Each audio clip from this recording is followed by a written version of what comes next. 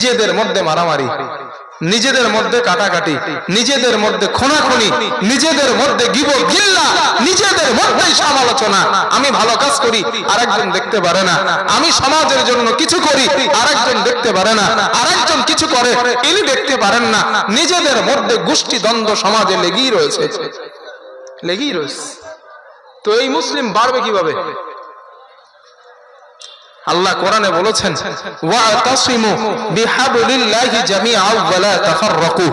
ও মুসলিম, ও উম্মাহ, ও মুসলিম কওম, ও ঈমানদারেরা, আমি যেই রশ্মিটা তোমাদেরকে দিলাম ওই রশ্মিটা তোমরা আঁকড়ে ধরো, তোমরা পৃথক হয় না। ওয়া লা তাফাররাকু, তোমরা পৃথক হয়ে পড়ে যেও না, তোমরা হীনবল হও না, তোমরা এক অপর থেকে মাসলাগত ইখতিলাফের কারণে, সাধারণ ছোট ছোট এর কারণে তোমরা একজন থেকে আরেকজন ছিটকে যেও না। আর আমাদের মধ্যে যত ইখতিলাফ, যত দল, যত মত, সবগুলাই আমাদের মধ্যে নিবেদিত। ঠিক কিনা বলেন চাচাজি? যত মারামারি আমাদের মধ্যে, তুই কেন জোরে আমিন বলিস না, তুই কেন আস্তে বলিস, তুই কেন ইমামের পিছনে সূরা ফাতিহা পড়িস, আমি কেন পড়ি না, তুই কেন এটা করবি, আমি কেন এটা করব না, এই নিয়ে মারামারি। কিন্তু আমাদের মূল বিষয়, মূল কথা একটাই, লা ইলাহা ইল্লাল্লাহ মুহাম্মাদুর রাসূলুল্লাহ। এই কথা কিন্তু সবাই বলি, এরপরেও মারামারি, এরপরেও কাটাকাটি। কেন? আজানের পরে হাত তুলে দোয়া নিয়ে। এরপরে মারামারি কেন? কেউ আমিন আসতে বলে ওইটা নিয়ে। এরপরে মারামারি কেন? ইমামের পিছনে সূরা ফাতিহা নিয়ে। এরপরে মারামারি কেন? শবে বরাত পালন করা নিয়ে। এরপরে মারামারি কেন? বাবের কবর জিয়ারত করা নিয়ে। ঠিক কিনা বলেন? এই ইখতিলাফ, ছোট ছোট মুস্তাহাব বিষয় নিয়ে মুসলিম উম্মার মধ্যে ফাটল ধরে গেছে। আর এই ফাটলগুলা আপনারা সাধারণ মানুষ ধরান নাই। একটা কথা শোনেন, এই ফাটলগুলো, এই ইখতিলাফগুলো, এই সমস্যাগুলো আপনাদের মতো সাধারণ মানুষের দ্বারা সম্ভব হয়নি, সম্ভব হয়েছে সমাজের আমাদের মতো আলেমদের কারণেই। আলেমেরা এই সংগঠনটা করেছে, আলেমেরা এই ফাটল তৈরি করেছে, আলেমেরা এই ইখতিলাফ করেছে। প্রশ্ন হতে পারে, হুজুর আপনি আলেম হয়ে কেন আলেমদের বিপক্ষে কথা বলছেন? বাকি বিল্লাহ পক্ষে বিপক্ষে বোঝে না, যেটা সত্য সেটাই বলে। মাসলাগত ইখতিলাফ সাহাবায়ে কেরামদের যুগেও ছিল। কোন এক যুদ্ধে নবীজি সাহাবারা খুব ক্ষুধার্ত, সমুদ্র থেকে গোসাপ, গোড়ের কেল চেনেন তো আপনারা? গোড়ের কেল, গোড়র কেল, আমরা গোসাপ বলি, আমাদের গ্রাম্য ভাষায় গোড়র কেল বলি। ওই গোড়র কেল ধরে সাহাবারা মাথা কেটে আগুনে পুড়িয়েছে, পুড়িয়ে খেতে যাবেন। একদল সাহাবা বললেন চলো নবীর কাছে যাই। নবীকে গিয়ে বলো, নবীও তো ক্ষুধার্ত, নবী যদি খান। নবীর কাছে আসলেন, হুজুর আমরা গোসাপ ধরেছি, পুড়িয়েছি, রান্না করছি, আপনি কি খাবেন? নবীজি বললেন আমি খাবো না। কি বললেন হাদিসের ভাষাটা? আমি খাবো না। সাহাবাদের মধ্যে দুইটা দল হলো, এক দল বললেন নবীজি খান নাই, আমরা খাবো না। আর এক দল বলছে নবী তো নিষেধ করে নাই, আমরা কেন খাবো না? নবী তো মানা করে নিতে, খাবো না কেন? নবীর রুচি কোলায়নি, নবী খায় নাই, তো আমরা খাবো না।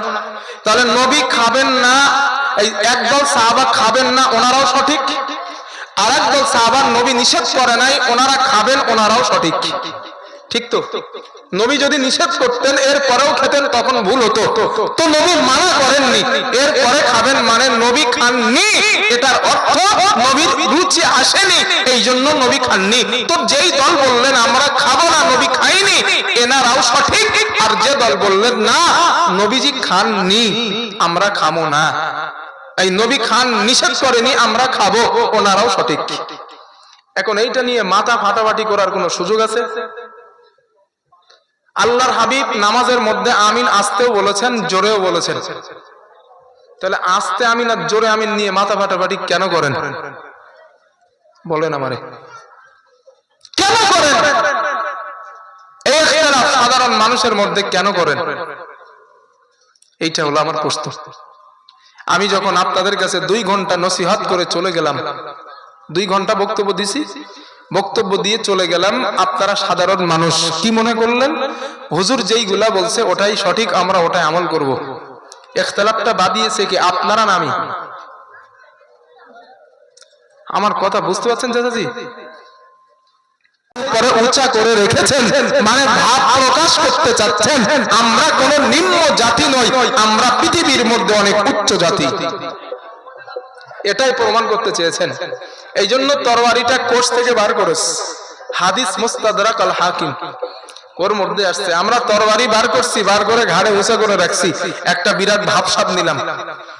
বিরাট একটা ভাব নিয়ে আমরা বাদশার রাজ দরবারে প্রবেশ করছি। প্রবেশ করতে করতে আমরা জবান থেকে বললাম লা ইলাহা ইল্লাল্লাহু আল্লাহু আকবার। এই কথা বলে আমরা বাদশা হিরাক্লিয়াসের রাজপ্রাসাদের মধ্যে প্রবেশ করলাম। হযরত হিশাম রাদিয়াল্লাহু আনহু বলেন, আমরা যখন এই কথা বলেছি আমরা তাকায়া দেখলাম তানাফাদাতিল গুরফা, বাদশার রাজ দরবারটা একদম নড়াচড়া শুরু হয়ে গেছে, নড়াচড়া শুরু করেছে।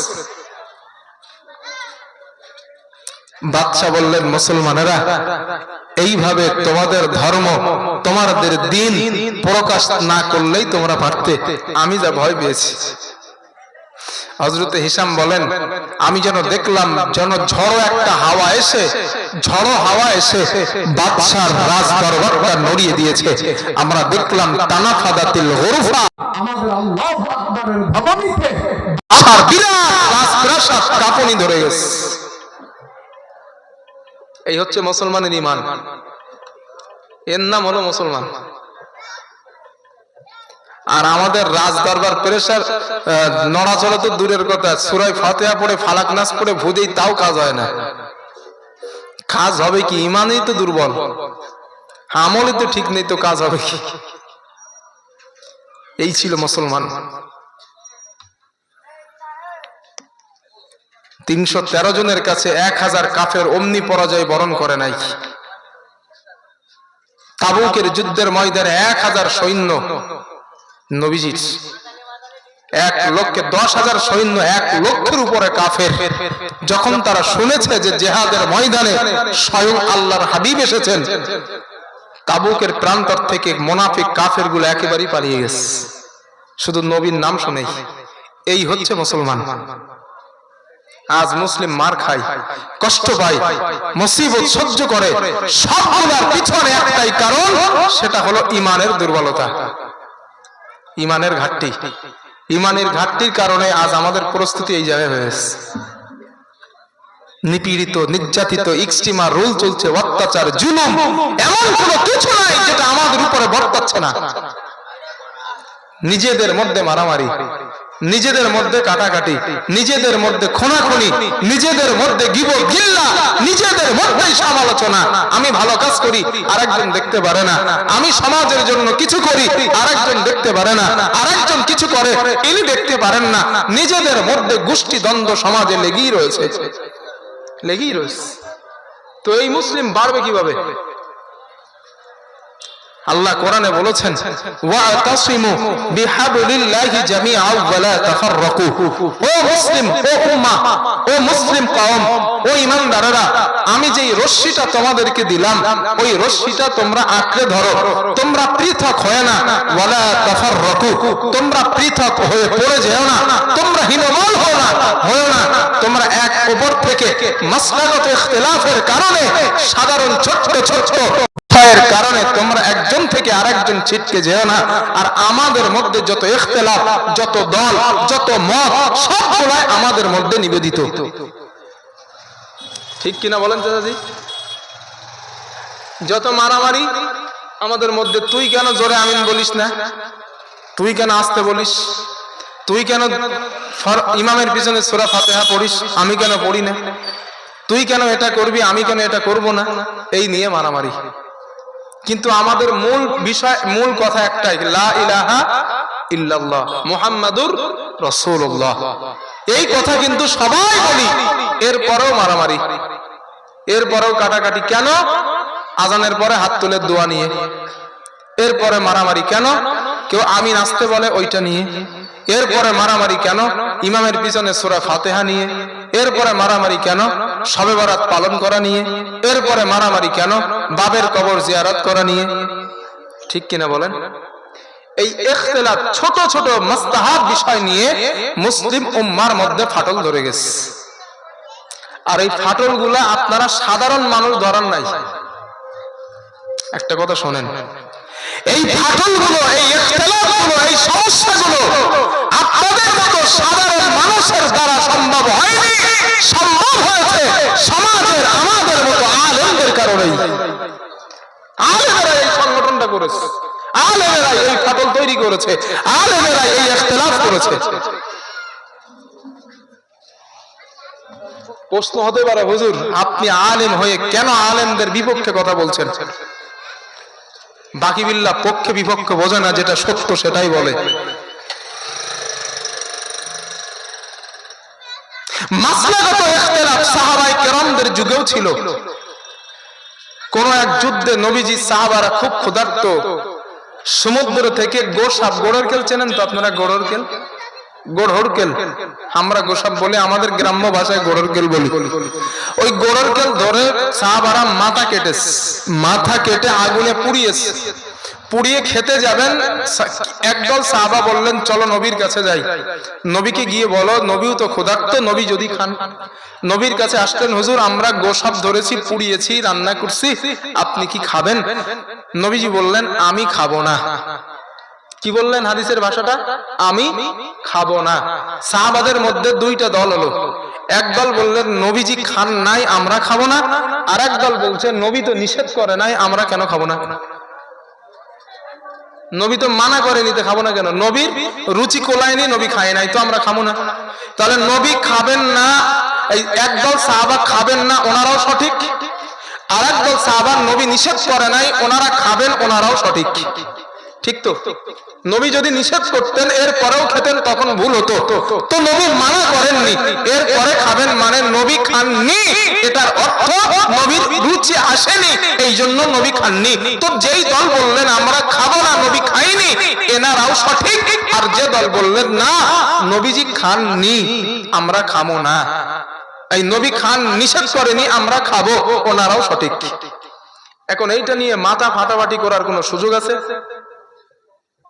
আল্লাহর হাবিব নামাজের মধ্যে আমিন আস্তেও বলেছেন, জোরেও বলেছেন। তাহলে আস্তে আমিন আর জোরে আমিন নিয়ে মাথা ফাটাফাটি কেন করেন? বলেন আমারে, কেন করেন? এই ইখতিলাফ সাধারণ মানুষের মধ্যে কেন করেন? এইটা হলো আমার প্রশ্ন। আমি যখন আপনাদের কাছে 2 ঘন্টা নসিহত করে চলে গেলাম, 2 ঘন্টা বক্তব্য দিছি, বক্তব্য দিয়ে চলে গেলাম, আপনারা সাধারণ মানুষ কি মনে করলেন? হুজুর যেইগুলা বলছে ওটাই সঠিক, আমরা ওটাই আমল করব। ইখতিলাফটা বাদিয়েছে কি আপনারা না আমি? আমার কথা বুঝতে পারছেন চাচাজি?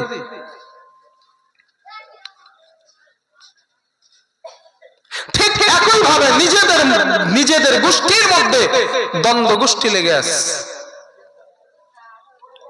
দুটো দল হয়ে গেছে, দুটি দলে বিভক্ত। একটা দল হয়ে গেছে ফুরফুরা সিলসিলার মধ্যে হয়েছে, একটা কায়ুম গোষ্ঠী, একটা ফুরফুরা গোষ্ঠী। আচ্ছা বলেন আপনি, দাদা হুজুর রহমাতুল্লাহ আলাইহি কিয়াম করতেন, কায়ুম সাহেবদের গোষ্ঠী যারা, ওরা কিয়াম করে না? করে। তাহলে ওকে সিলসিলা বিরোধী বলেন কেমনে? 2 নাম্বার দল। 2 নাম্বার, দাদা হুজুর রহমাতুল্লাহ আলাইহির আকীদা হলো ফরজ নামাজের পরে হাত তুলে দোয়া করা, ওটা কি কায়ুম সাহেবের গোষ্ঠী করে না? তাহলে ওরা বিরোধী কেমনে হয়?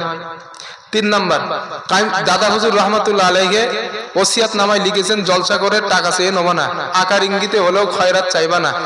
এইটা মানে কারা?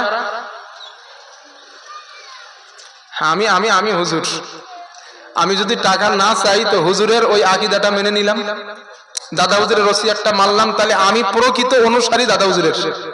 আর পরেক্ষণে যদি ঘুরে এসে বলি আমার 30,000 টাকা দেওয়া লাগবে, আমি কি দাদা হুজুরের ওসিয়াতটা মানলাম বলে মনে হয়? একটু কথা বলেন না কেন? তাহলে দাদা হুজুরের প্রকৃত অনুসরণ করছে কেটা? আমি না আপনি? আপনি। কারণ আমি টাকা চাইছি মানে দাদা হুজুরের 16 নাম্বার ওসিয়াতটা আমি মানি নাই, আমি নিজে পড়েছি ওটা, আমি বানানো কথা বলছি না। তো হুজুর সব ওসিয়াত মানে, 16 নাম্বার দ্বারা মানে না, সব মানে 16 না মানে না। হুজুরের উত্তর কি হয় তখন? শ্রোতারা প্রশ্ন করে হুজুরের, হুজুর সব তো বুঝতেছি ভালো, তো 16 নাম্বার ওসিয়তটা হুজুর একটু বলেন দিন। হুজুর তখন উত্তর দিচ্ছে কি, 1 মান বা আগে না 16 মান বা আগে? তাই না? শুনছো তো এটা?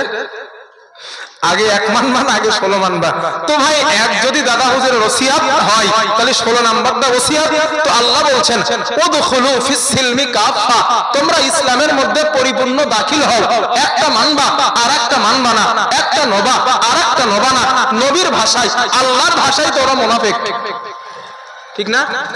একটা নিবা আর একটা নিবা না, 1 নাম্বারটা নিবা 16 নাম্বারটা নিবা না। আরে নবীর ভাষায় তো তুমি মুনাফিক। তুমি কিসের দাদা হুজুরের সিলসিলা মানো?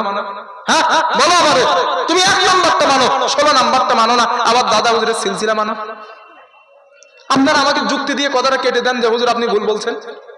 আমি বাকি বিল্লাহ 1 নাম্বারটা নেবো, 2 নাম্বার নেবো, 3 নাম্বার নেবো, 4 নাম্বার নেবো, 16 নাম্বারটা নেবো না। কিন্তু আল্লাহ কোরআনে কি বলছে? উদখুলু ফিস সিলমি কাফা, তোমরা ইসলামের মধ্যে পরিপূর্ণ দাখিল হও। এটা যেমন নিবা ওটাও এমন নিবা, ওটাও নিবা এটাও নিবা, পরিপূর্ণ দাখিল হও। আমি হুজুর সাহেব বড় বড় গলায় কথা বলি, আমি 1 নাম্বার নিব 16 নাম্বার নিব না। এখন আপনারা ফতোয়া দেন যে একটা নেয় আর একটা নেয় নাই, ওরে আপনারা কি ফতোয়া দেবেন? কোরআনের দলিল দিয়ে বলছি আমি। এই জন্য ভাইরা এই কথাগুলো আমি কাউরে হিংসা করার জন্য বলি নাই।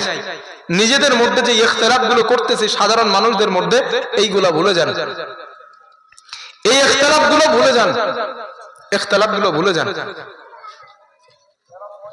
কথা বোঝাতে পারছি ইনশাআল্লাহ? আমি হুজুরদের আল আওলাদ যারা আছেন সবাই খারাপ তা না, কিছু কিছু আছে কথাবার্তা একটু উল্টো পাল্টা বলে, ওটা ভিন্ন জিনিস।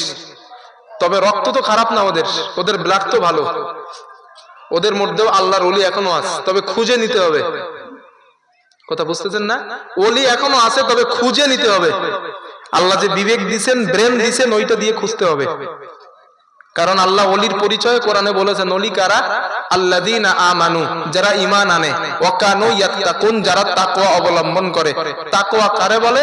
এক কথায় একটা কাঠি, এই দিকে গোনা ওই দিকে গোনা, যেই ব্যক্তিটা এই দিকেও যায় না ওই দিকেও যায় না, মধ্যপন্থা অবস্থান করে, এটার নাম তাকওয়া। আর এই গুণ যার মধ্যে আছে ওই ব্যক্তি নবীর আল্লাহর ভাষায় আল্লাহর ওলি। এখন বিবেক আছে, আপনার খুঁজে নিতে হবে, বিবেক আছে, খুঁজে নিতে হবে। যদি খুঁজে নিতে পারেন তাইলে ঠিক আছে। কথা বোঝাতে পারছি ইনশাআল্লাহ না? তবে আমি স্টেজে উঠে দাবি করছি আমি পীর সাহেব, আমি ওলি সাহেব। যারা আল্লাহর ওলি হয় তারা নিজে মুখে কখনো বলেন আমি পীর। কথা বুঝতেছেন? যারা পীর হয় তারা নিজে মুখে কখনো বলে না আমি পীর। জনগণ বলবে উনি পীর, সেই ব্যক্তি পীর। এই জন্য বিবেক দিছেন আল্লাহ, বিবেক খাটান, নিজেদের মধ্যে অশান্তি করেন না, মারামারি করেন না, সবাইরে আলেম হিসাবে আল্লাহর জন্য ভালোবাসেন। আমি এ কথা বলি ভাই, বিশ্বাস করেন। আমি ইখতিলাফ চাই না, আমি সমাধান চাই। আমি ইখতিলাফ চাই না, আমি সমাধান চাই, আমি সমাধান চাই। কোন ব্যক্তির সঙ্গে আমার শত্রুতা আছে, তিনি একটা ভালো কাজ করতেছে, আমার তার জুতো আমার মাথায়, তিনি সমাজের জন্য ভালো কাজ করছেন, তাকে আমি সহযোগিতা করব। সে আমার শত্রু হতে পারে, সে আমার সঙ্গে তার সম্পর্ক ভালো না থাকতে পারে, তিনি একটা ভালো কাজ করতেছেন, আমার সঙ্গে সম্পর্ক খারাপ হবার পরেও আমার উচিত ওই ব্যক্তিটাকে সহযোগিতা করা। ঠিক তো দাদাজি? কারণ আমার সঙ্গে তার ব্যক্তিগত ঝামেলা, কিন্তু ওই ভালো কাজটা করার কারণে সমাজের 10টা মানুষ উপকৃত হবে, সমাজের 10টা মানুষ উপকৃত হবে। এই নিয়ত রাখেন, এই নিয়ত। হিংসামূলক চিন্তাধারা বাদ দেন যে আমি ওই হুজুরে ফলো করি, ওরেই মানবো আর কাউরে মানবো না, এই চিন্তা ভাবনা গুলো বাদ দেন। যে ভালো কাজ করে তার সঙ্গ দেন, যার দ্বারা সমাজের কাজ হচ্ছে তার সঙ্গ দেন, যার দ্বারা সমাজের উপকার হচ্ছে তার পক্ষে কথা বলেন, লাভ হবে, লাভ হবে। একদম নিরপেক্ষ কথা বলছি চাচাজি আমি, আপনারা কষ্ট পাবেন না, পুরো নিরপেক্ষ বলছি। যার দ্বারা আমি বাকি বিল্লাহর দ্বারা যদি সমাজের উপকার হয়, আপনি আমার সঙ্গে আপনার শত্রুতা থাকলেও কথা দিয়ে হলেও আমার একটু হেল্প করুন, আপনার ওই কথা থেকে আমি হয়তো আর একটা ভালো কাজের সহযোগিতা পেয়ে যাব। ঠিক তো চাচাজি? পেয়ে যাব। এই জন্য এক গুড়িয়ে আপনি বলে দেন না এইটা করা হারাম, সেইটা করা হারাম, ওইটা করা হারাম, এইটা এ করে নাই, ওইটা ও করে নাই, এই মডেল তুমি কেন করবা, সেই মডেল তুমি কেন করবা, এইটা কেন করবা, এটা তো ও করে নাই, সে করে নাই, এইগুলা বাদ দেন।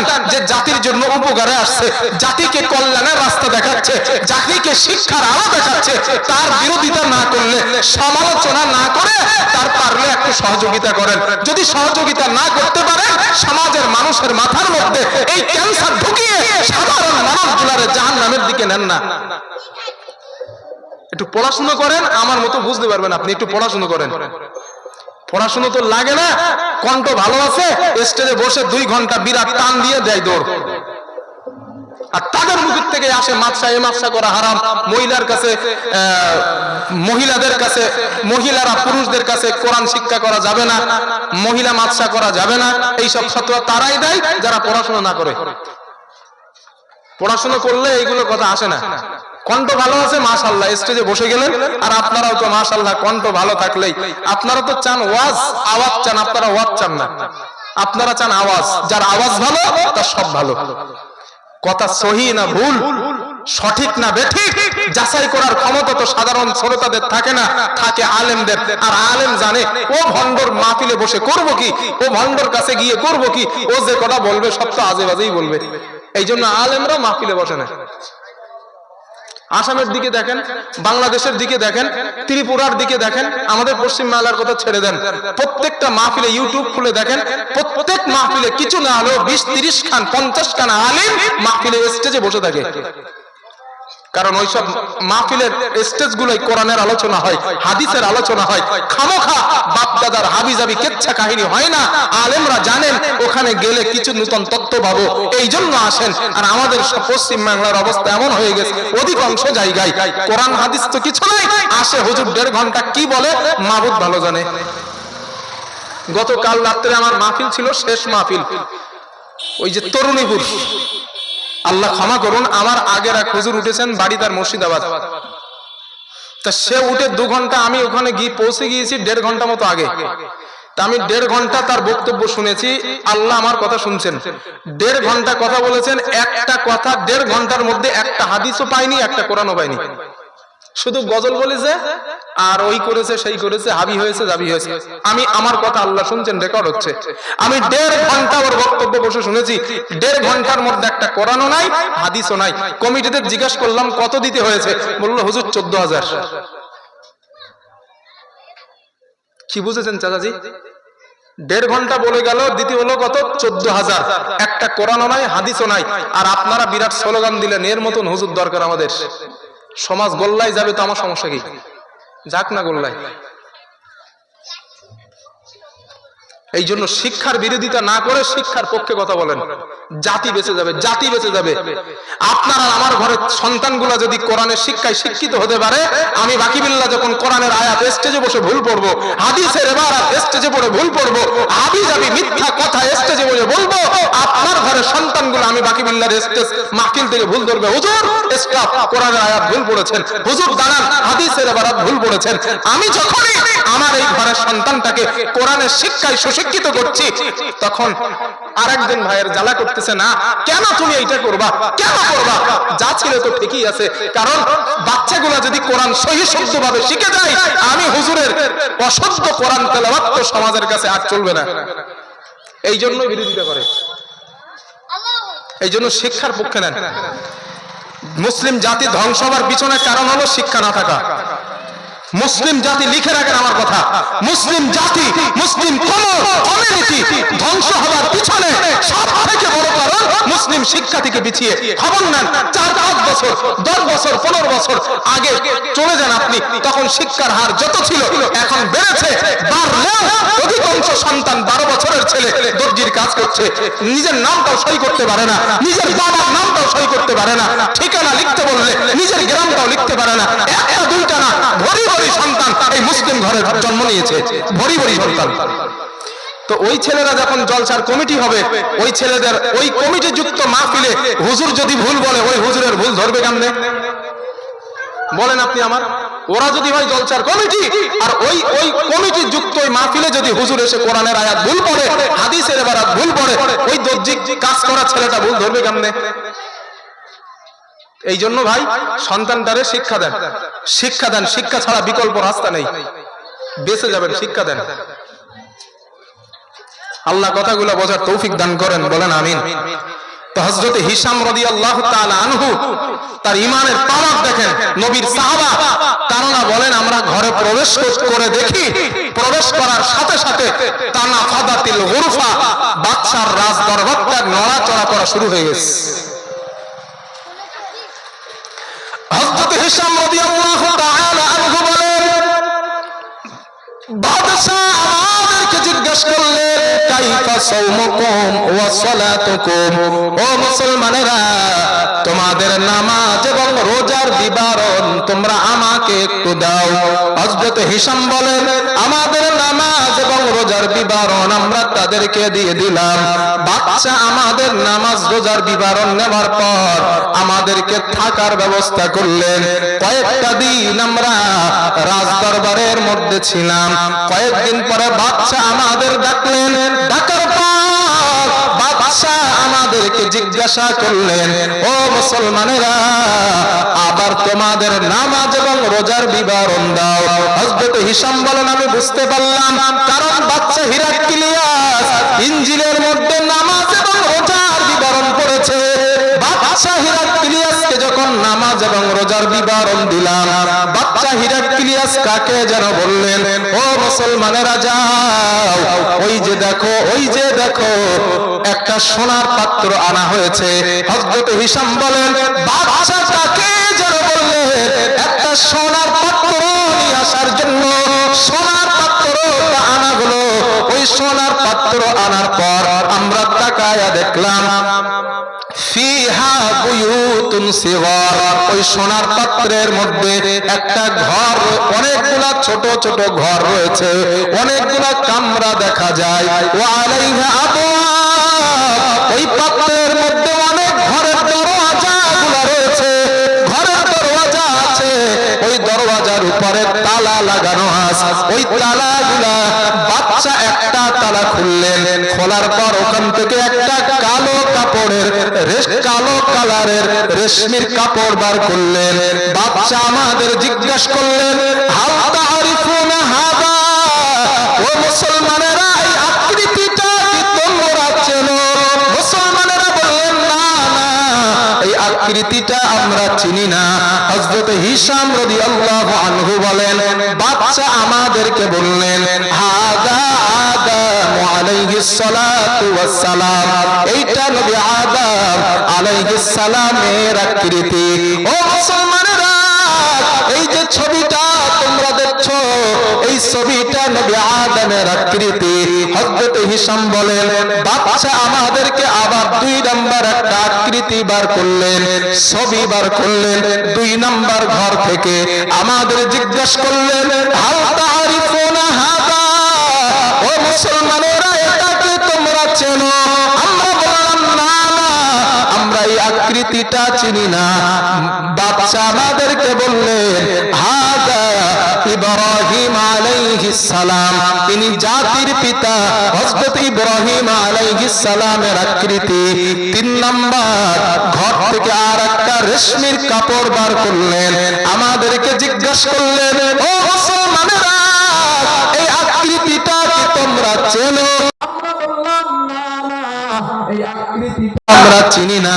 আমাদেরকে বলে দেওয়া হলো হাদা ইউসুফ আলাইহিস সালাতু ওয়াস সালাম, ইনি হযরত ইউসুফ আলাইহিস সালামের আকৃতি। হযরত হিশাম বলে চতুর্থ এমন একটা আকৃতি সবুজ কালারের একটা রেশমির কাপড় বাদশা বার করলেন। আমরা আমাদের সামনে আনা হলো, আমাদের জিজ্ঞাসা করা হলো আল তারিফুনা হাদা, এই চতুর্থ নাম্বার আকৃতিটা ছবিটা কি তোমরা চেনো? হযরত হিশাম বলেন ওই ছবিটা দেখার সাথে সাথে আমরা কেঁদে ফেললাম, চক্ষু দিয়ে যেন পানি গড়িয়ে যায়, আমরা কেঁদে ফেললাম। বাচ্চা আমাদের জিজ্ঞাসা করলেন, মুসলমানেরা কেন তোমরা কান্না করো, কেন তোমরা কাঁদছো? এই কথা বলার পর হযরত হিশাম বলেন, আমরা বললাম, ও বাচ্চা, 4 নাম্বার যেই আকৃতিটা আপনি বার করেছেন, ওই আকৃতিটা আর কেউ না, আখিরি জামানার পয়গম্বর নবী মুহাম্মদ রাসূলুল্লাহ সাল্লাল্লাহু আলাইহি ওয়াসাল্লামের আকৃতি। হুবহু এই আকৃতিটা যেমন দেখতে, আমাদের নবীর একই দেখতে। সুবহানাল্লাহ। প্রশ্ন আপনাদের মনে অলরেডি এসে গেছে, হুজুর এই আকৃতিগুলা বাদশা হিরাক্লিয়াস কোথায় পেয়েছে? আকৃতিগুলা কি সত্য? এটা সত্য, কারণ হাদিসে আসছে, হাদিস বলে দিয়েছি আগে, মুস্তাদরাক আল হাকিমে আছে, আর হাদিসের প্রথমে লেখা আছে লা বা'সা বি। এই হাদিসের সনদে কোনো সমস্যা নেই। সমস্যা না থাকলে তো সহি শোনাই যেতে পারে। প্রশ্ন আরেকটা আপনাদের কাছে আসছে, হুজুর নবীজি তো সবার শেষে এসেছেন, নবীর আকৃতি 4 নম্বরে কেন বার করা হলো? ঠিক তো, কেন 4 নম্বরে বার করলেন, কেন পরে বলছি। আর বাচ্চা হিরাক্লিয়াস এইগুলা কোথায় পেয়েছে এটা পরে বলছি। হযরত হিশাম বলেন, 5 নম্বরে আর একটা আকৃতি বার করা হলো, আমাদের সামনে বার করা হলো। ওই আকৃতিটার দিকে আমরা তাকালাম, আমাদেরকে জিজ্ঞাসা করা হলো, ও মুসলমানেরা এই আকৃতিটা কি তোমরা চেনো? আমরা বললাম না, এই আকৃতিটা আমরা চিনি না। হযরতে হিশাম বলেন, আমরা যখন বললাম আমরা চিনি না, বাদশা বললেন, হাদা মূসা আলাইহিস সালাম, এইটা নবী মূসার আকৃতি। আর একটা আকৃতি বার করা হলো, আমাদেরকে জিজ্ঞাসা করা হলো, ও মুসলমানেরা এই আকৃতিটা কি তোমরা চেনো? আমরা বললাম না, এই আকৃতিটা আমরা চিনি না। আমাদেরকে বলে দেওয়া হলো, হাদা ঈসা আলাইহিস সালাম, এটা নবী ঈসার আকৃতি। প্রশ্ন হলো, হুজুর ঈসা নবীর আকৃতিটা শেষে কেন বার করা হয়েছে? এই জন্য বার করা হয়েছে, বাচ্চা হিরাক্লিয়াস বললেন, আমি যদি ঈসা নবীর পর তোমাদের নবীর আকৃতিটা বার করতাম, তাহলে তোমরা আইডিয়ার করে বলতে পারতে এটা তোমার নবীর আকৃতি। তোমাদের আইডিয়াটা যেন সঠিক না হয়, এই জন্য 4 নম্বরে বার করিস। কথা শুনতেছেন না ইনশাআল্লাহ? এই জন্য 4 নম্বরে বার করিস। এই কথা যখন শুনলেন, বাদশা হিরাক্লিয়াস যখন দেখলেন নবী মুহাম্মদ রাসূলুল্লাহ সাল্লাল্লাহু আলাইহি ওয়াসাল্লাম দুনিয়াতে এসেছেন, হযরত হিশাম বলেন, আমরা বাদশার দিকে তাকায়া দেখলাম, বাদশা ছিল দাঁড়ানো, সাথে সাথে সিংহাসনে বসে পড়েছে। আর বললেন, মুসলমানেরা তোমাদের নবী মুহাম্মদ সাল্লাল্লাহু আলাইহি ওয়াসাল্লামের কথা আমরা ইনজিলের মধ্যে পেয়েছি, ইনজিলের মধ্যে ওই কথাগুলো আমরা সুস্পষ্ট পেয়েছি।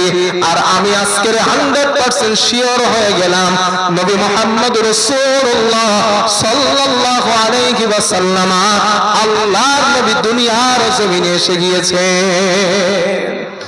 আর এসে যাবার অর্থ আমি বাদশার রাজদরবার আর বেশি দিন থাকবে না। চিন্তা করতেছে বাদশা হিরাক্লিয়াস বলছে, আমি হিরাক্লিয়াসের বিশ্বাস আমার এই দরবার আর বেশি দিন থাকবে না, কারণ ইনজিলের মধ্যে পেয়েছি যেই জাতি আমাদের দরবার ছিনিয়ে নিবে, ইসলামের পতাকা ওড়াবে, ওই জাতির নেতা হবে নবী মুহাম্মদ সাল্লাল্লাহু আলাইহি ওয়াসাল্লাম। আর যেই বর্ণনা তোমরা দিয়েছো, ওই বর্ণনা অনুযায়ী ওই নবী দুনিয়াতে এসেছেন, এর মানে আমাদের রাজত্ব আর বেশি দিন নাই। এখন প্রশ্ন, হুজুর বাচ্চা হিরাক্লিয়াস এই আকৃতিগুলো, ছবিগুলো পেয়েছে কোথায়? নবী আদম আলাইহিস সালাম, আমার পরবর্তী যে বক্তা আছেন ওনাকে নিয়ে আসুন। ইমাম সাহেব, আমার পরবর্তী যে বক্তা আছেন ওনাকে নিয়ে আসুন। নবী আদম আলাইহিস সালাম আল্লাহর কাছে একদিন দোয়া করেছিলেন, আল্লাহ